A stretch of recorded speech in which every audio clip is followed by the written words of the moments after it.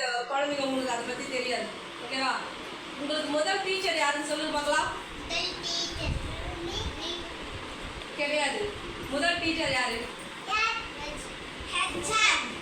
இல்ல, வேற கிடையாது. அப்புறம்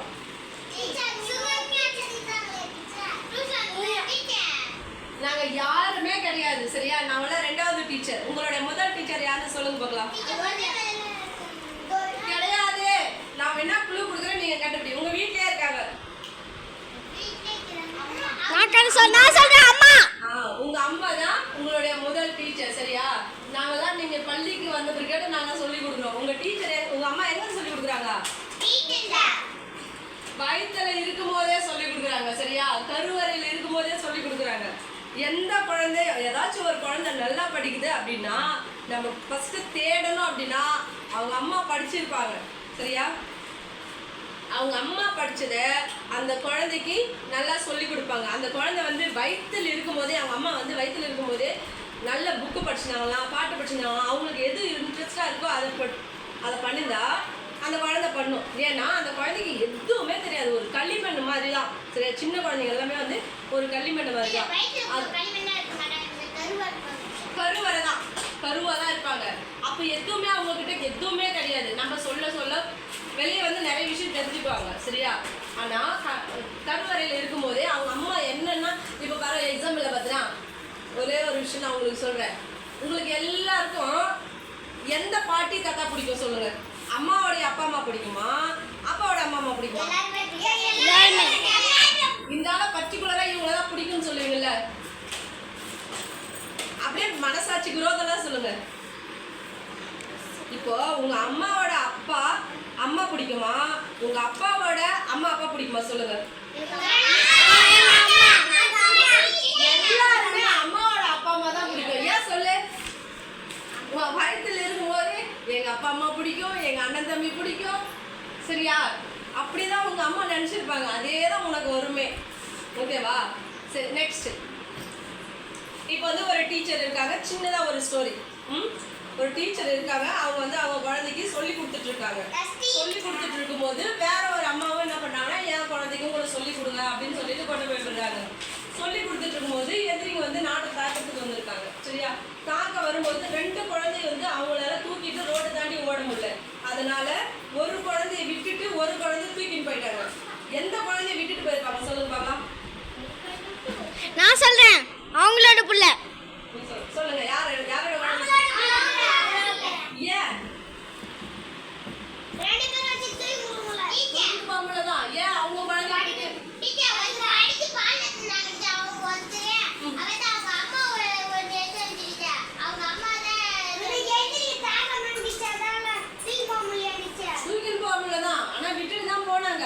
அதனால ஏன் நான் சொல்றேன், சொந்த குழந்தை விட்டுட்டு அந்த குழந்தை தூக்கிட்டு போனாங்க. அவங்க ஏமாத்த கூடாதுன்னு. அவங்கள ஏமாத்த கூடாது. ஏன்னா அவங்கள நம்பி கொண்டு விட்டுட்டு போனாங்க இல்லையா? அதனால அந்த அம்மாவை ஏமாத்த கூடாதுன்னு அவங்களோட சொந்த குழந்தைய ரோட்ல விட்டுட்டு அந்த குழந்தை தூக்கி ரோட்ல விழுந்து அவங்க குழந்தை அழுவுது. இது குதிரையோட கால் பட்டு இறந்துருச்சு. சரியா? அதுக்கப்புறம் இன்னொரு தாமஸ் ஆல்வா எடிசன் அன்னைக்கு அம்மா பேசினாங்கல்ல, நமக்கு இது வரைக்கு ஆகஸ்ட் 15 அன்னைக்கு வந்தாங்கல்ல, அம்மா வந்தாங்கல்ல, அவங்க பேசினாங்கல்ல, தாமஸ் ஆல்வா எடிசன் மின்சாரத்தை கண்டுபிடிச்சவர் அப்படின்னு சொல்லிட்டு. அவர் எத்தனாவது படிச்சார்? 4வது படிச்சார். சரியா? 4வது படிக்கும்போது உன் பிள்ளை மனநல சரியில்லாதவன்னு சொல்லிட்டு லெட்டர் எழுதி கொடுத்து அனுப்பிட்டாங்க. அவர் நீ இதை படிக்கூடாது, அம்மாட்ட கொடுத்துரு அப்படின்னு சொன்னாங்க இல்லையா? அதே மாதிரி அவர் அம்மாட்ட கொடுத்துறாரு. அவங்க அம்மா அதை படிச்சுட்டு என்ன பண்ணாங்கன்னா, லிசன். அம்மா என்ன பண்ணாங்க, தினமும் லைப்ரரிக்கு நிறைய புக்ஸ் படிக்க வச்சு அவரை விஞ்ஞானி ஆக்கினாங்க. இந்த உலகமே இருளில் இருந்து வெளிச்சத்துக்கு கொண்டு வந்தாரு தாமஸ் ஆல்வா எடிசன்.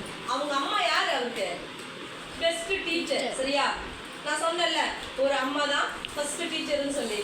அவங்க அம்மா கொண்டு வந்தாங்களா ஒரு நல்ல பிரகாசமான உலகத்துக்கு அவரை கொண்டு வந்தாங்களா? இப்ப நம்ம லைட்டை போடும் போதெல்லாம் யார் ஞாபகம் வருது? Thomas Alva Edison. சரியா? அதே மாதிரி அவர் கூட ஒரு விஷயம் சொன்னாரு. 1000 முறை செஞ்சு பார்த்து லைட்டு. ஓகேவா?